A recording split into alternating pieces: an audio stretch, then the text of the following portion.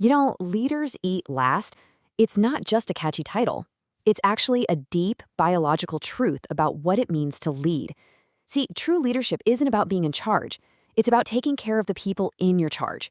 It's all about building this fortress of trust, a culture where people feel so incredibly safe that they can pour all their energy into tackling challenges and seizing opportunities together.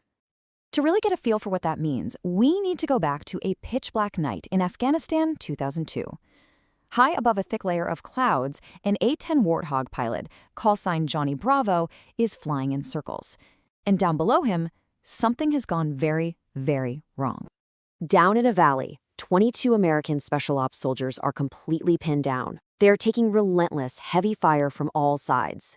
Johnny Bravo is their only hope, their only shot at air support.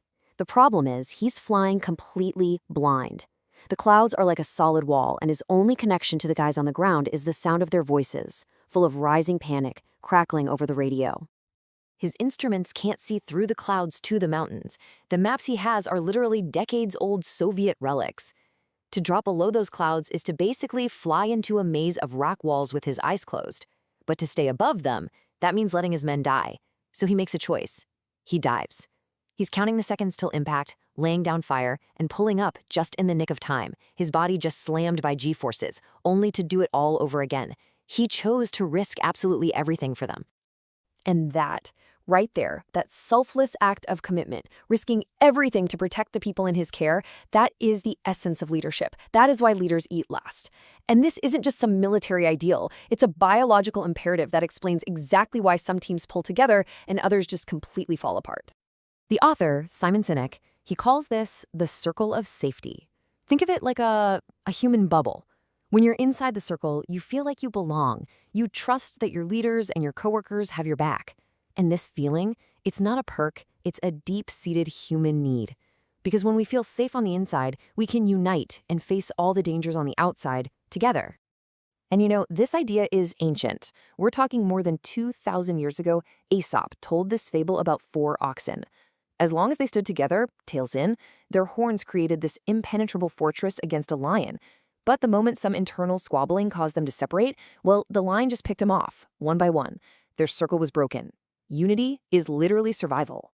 Or think about the Spartans, one of the most feared fighting forces in all of history. They built their entire society on this very principle. For a Spartan warrior, you know what the biggest crime was? It wasn't losing your spear, it was losing your shield. And why is that? Well, you carry your helmet and your spear for yourself, but you carry your shield for the person standing right next to you. Your number one job is to protect the whole line.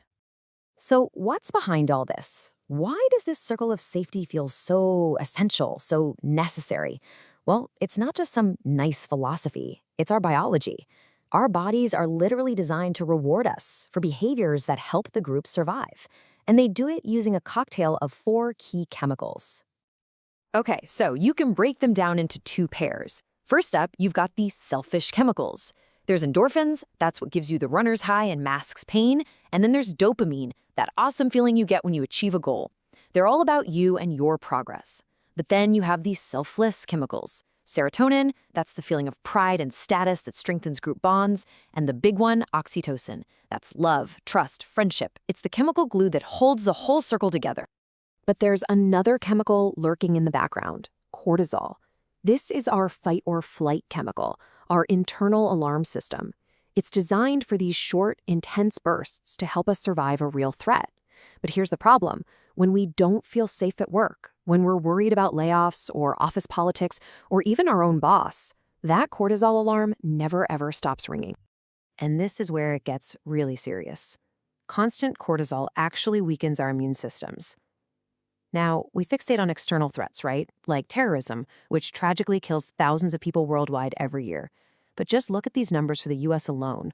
Heart disease and cancer, both of which are made worse by chronic stress, kill over 1 million people.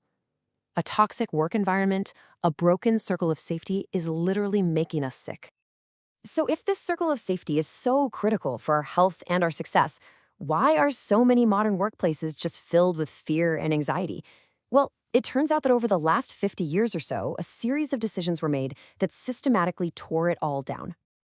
It really started picking up steam in the 70s, when this idea that a company's only duty is to its shareholders really took hold. Then, in 1981, President Reagan fired all the striking air traffic controllers, which basically normalized mass layoffs as a corporate tool. This got supercharged in the 80s by CEOs like Jack Welch, GE, who started using layoffs as a routine strategy just to goose the stock price. And by the 90s, when executive pay got tied directly to that stock price, well, the system was complete. Leaders were now getting paid to sacrifice their own people for short-term financial gains. And the end result of all this? A culture of what Sinek calls abstraction. Leaders weren't leading people anymore. They were just managing numbers on a spreadsheet. Thousands of human beings with families and futures, they just became a single line item, a cost to be cut. The human impact became abstract, and empathy, it just vanished. I mean, it's a lot easier to hurt people you can't see, right? But, and this is a big but, it does not have to be this way. The solution is as old as humanity itself. It's about putting people first. It's about that simple principle. True leaders eat last. They make sure their people are taken care of before they even think about taking care of themselves. I mean, just look at this contrast. On one side, you've got Jack Welch of GE, the icon of shareholder value above all. And on the other, you have James Sinek, the co-founder of Costco. Sinek's philosophy was incredibly simple. Take care of your people first. During a major recession, when pretty much every other retailer was cutting staff, you know what Sinek did? He gave his employees a raise. And the results? Well, they speak for themselves. Costco promotes its managers from the cashier line, not by hiring MBAs from the outside. As Sinek himself said, Wall Street is all about making money by next Tuesday, but we're in the business of building an institution that we hope will be here 50 years from now. And the numbers are just undeniable. Costco's turnover rate for its hourly staff is less than 10%. I mean, think about that. That's a number that is it's almost unheard of in the retail industry. When you build a real circle of safety, people don't just work for a paycheck. They feel like they belong, and so they stay. Ultimately, it all just boils down to this simple truth. So goes the leader, so goes the culture. And so goes the culture, so goes the company. You just can't have a healthy, thriving company with an unhealthy, toxic culture. It's impossible. So at the end of the day, leadership isn't about your rank or your title. It doesn't matter if you're a CEO, a team lead, or just a colleague. You face the same choice every single day. It's a choice to extend the circle of safety, a choice to put the well-being of others before your own, a choice to be someone that other people can trust. The only question left is, what choice will you make?